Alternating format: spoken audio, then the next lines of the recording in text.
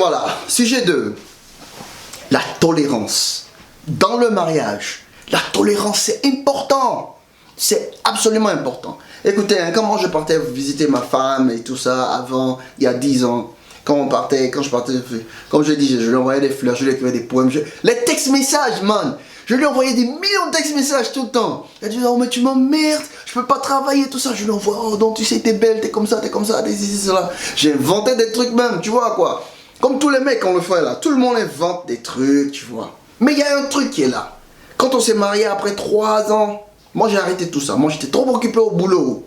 Est-ce que tu vois, moi je partais au boulot, elle avait son boulot, et tout ça, quand on arrive on est fatigué, hein, et puis on dort, tu vois. Et toutes ces choses que je faisais avant là sont parties. Est-ce que tu vois? Elle a découvert comment je ronfle. Man, si je ronfle là, même si cette caméra elle se casse. Et ça c'est la réalité. Mais elle m'a accepté comme je suis. Est-ce que tu vois? Elle aussi elle a ses défauts que je ne vais pas mettre devant la caméra. Mais j'ai accepté ces défauts-là. Il y a eu un moment où on a eu beaucoup de trucs. Mais on a fait près de 3 ans et demi de concubinage. Hein. Là, on se connaissait. Est-ce que tu vois? Ça, on s'est entraîné à se connaître. On s'est entraîné à s'aimer.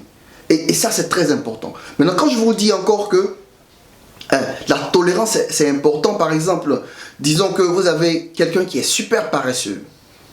Mais vous ne saurez jamais cela si vous ne faites aucun concubinage. Et dans le mariage, c'est encore pire. Parce qu'il y a beaucoup plus de choses à perdre. Sur la maison, la voiture, les enfants et tout.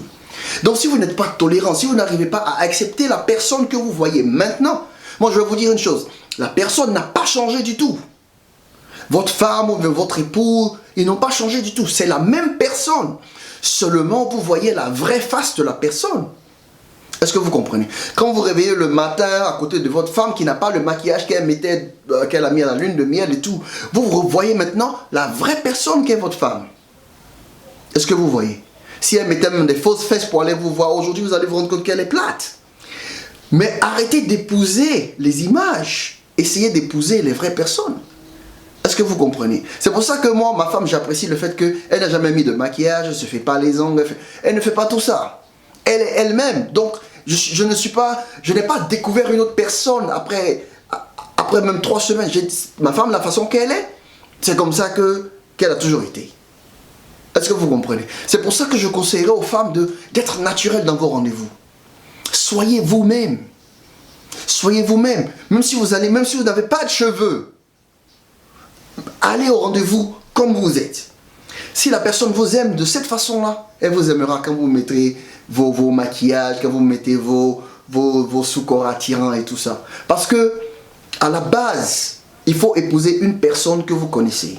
Les maquillages et tout ça, ce sont des trucs qui trompent pour moi. Mais bon, voilà. Donc la tolérance c'est très important parce que accepter la personne que vous allez découvrir pendant toutes les années, pendant les années de mariage. Et chaque jour la personne change. Hein.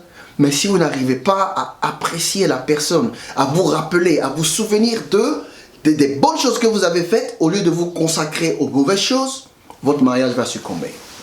3. Les enfants. Les enfants. L'une des plus terribles choses, les plus difficiles sur laquelle que j'ai vécu, c'est avoir un enfant. Mon premier enfant, mon premier fils a été un choc pour moi et ma femme. Si vous êtes en Afrique, c'est ok. Vous avez votre mère pour vous aider, votre père pour vous aider, ceci, cela. Mais si vous êtes à l'extérieur comme moi, et surtout dans un mariage mixte comme moi, c'est difficile. Parce que vous êtes venu avec votre culture et votre femme est venue avec sa culture. Est-ce que vous voyez sa façon de vouloir éduquer vos enfants et votre façon de vouloir éduquer vos enfants va peut-être être différente si vous êtes mixte comme moi. Et même si ce n'est pas le cas, votre femme aussi aura ses idées et vous aurez vos propres idées comment éduquer vos enfants. Par exemple, il y en a qui veulent donner un smack, il y a des femmes qui n'aiment pas ça. Donc tout ça encore, c'est savoir comment gérer ça. Mais parler des enfants, c'est pas seulement une affaire d'éducation. Le plus difficile, c'est s'occuper des enfants, surtout quand vous êtes à l'extérieur. Il n'y a personne pour vous aider. Vous partez au boulot, vous partez les récupérer à la crèche, vous arrivez à la maison, vous les lavez, vous faites ça, et puis vous partez. Beaucoup d'Africains, beaucoup de Noirs veulent laisser cette tâche-là à leurs femmes à l'extérieur. Non, on ne fait pas ça. que ce soit une femme noire ou bien une femme blanche. Vous devez, votre devoir c'est de vous mettre à côté de votre femme. Quand elle lave l'enfant, vous nettoyez, vous rhabillez l'enfant, ou bien vous lavez l'enfant et puis elle rhabille l'enfant. Il va falloir que vous faites team, une équipe.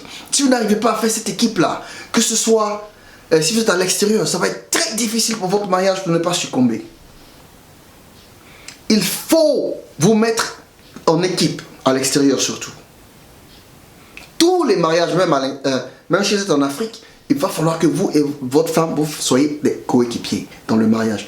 S'il n'y a pas cette cohésion-là, ça ne marchera pas. Il va falloir que vous donnez un coup de main à votre femme à la cuisine. Il va falloir que vous faites le ménage. Si elle est en train de préparer la nourriture, il va falloir que vous puissiez être là en train d'aider les enfants, de vous occuper de vos enfants. C'est ça qui est le plus dur. Parce que moi, mon enfant, quand on a eu notre premier enfant, ma femme et moi, je me souviens, on a fait beaucoup de bagarres. Je sais pourquoi maintenant. Parce que je travaille, elle travaille. Quand on rentre, on est fatigué. Et personne n'a envie de s'occuper de l'enfant. Man, qui pleure. Man, ça te donne des migraines, man, ça te donne des maux de tête. Mais quand on a eu notre deuxième enfant, troisième enfant, on a compris que c'était pas en fait nous, c'était entre nous, Dieu et notre enfant, c'est tout. Et on s'est mis à apprécier le temps qu'on passe avec nos enfants. On se donnait chacun sa tâche et tout ça. Et quand elle est fatiguée, je prends la relève. Quand je suis fatigué, elle prend la relève. Et c'est comme ça. On gère nos enfants, ils ont bien grandi et ils sont super beaux. Voilà. Point 4. Les décisions que vous prenez doivent être prises ensemble. Les femmes sont très délicates dans certaines choses. C'est-à-dire que, surtout quand tu es un noir et tu as grandi en Afrique comme moi, et quand tu viens, tu veux imposer ta façon d'être et tout ça. Ça n'a pas marché, hein? Ça n'a pas marché. Ça ne marchera pas du tout. Vous venez vous imposer à une femme, que ce soit noire, blanche. Peut-être en Afrique, une femme illettrée et tout ça, mais de nos jours, il va falloir faire, hein, il va falloir donner beaucoup plus d'espace à votre femme. Et ça peut vous prendre du temps pour comprendre ça, mais c'est très important. Pourquoi? Toutes les décisions que vous devez prendre, tout ce que vous voulez faire, que ce soit acheter une voiture, acheter quelque chose, il va falloir être honnête avec votre femme et pouvoir lui dire, bon, ma chérie, tu vois, je veux ça et je vais acheter. Il va falloir que vos finances soient ensemble. Il va falloir que les décisions pour les enfants et pour quoi que ce soit que vous voulez faire pour votre mère, et pareil pour elle. Il va falloir que la femme soit inclue dans vos décisions. Vous êtes l'homme, c'est sûr, ok? Il y a beaucoup de femmes qui vont dire, bon, c'est l'homme, je vais le laisser faire. Mais avant d'agir, avant de faire quelque chose, il faut inclure votre femme. Il faut écouter votre femme. Il faut vous asseoir là et dire, bon, je veux faire ça, je veux quitter mon boulot, ou bien je veux faire un autre boulot, ou bien je veux acheter une voiture, je veux faire ça. Qu'est-ce que tu en penses?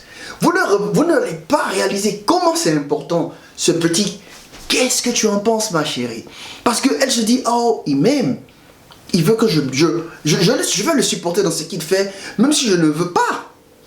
Mais parce qu'il m'a demandé, d'abord, parce qu'il m'a respecté, je vais lui donner une réponse positive. Et même si elle ne vous donne pas de réponse positive, elle vous expliquera pourquoi. Et la plupart du temps, les femmes, elles ont raison. Tout ce qui est dépenses, tout ce qui est décision et tout, moi, je pense que les femmes sont très très délicates et elles prennent leur temps pour réfléchir. Pas comme nous les hommes qui agissons sur des impulsions très rapides. Rares sont les hommes qui ne le font pas. Donc, il faut inclure votre femme dans toutes vos décisions pour que le mariage soit beaucoup plus beau.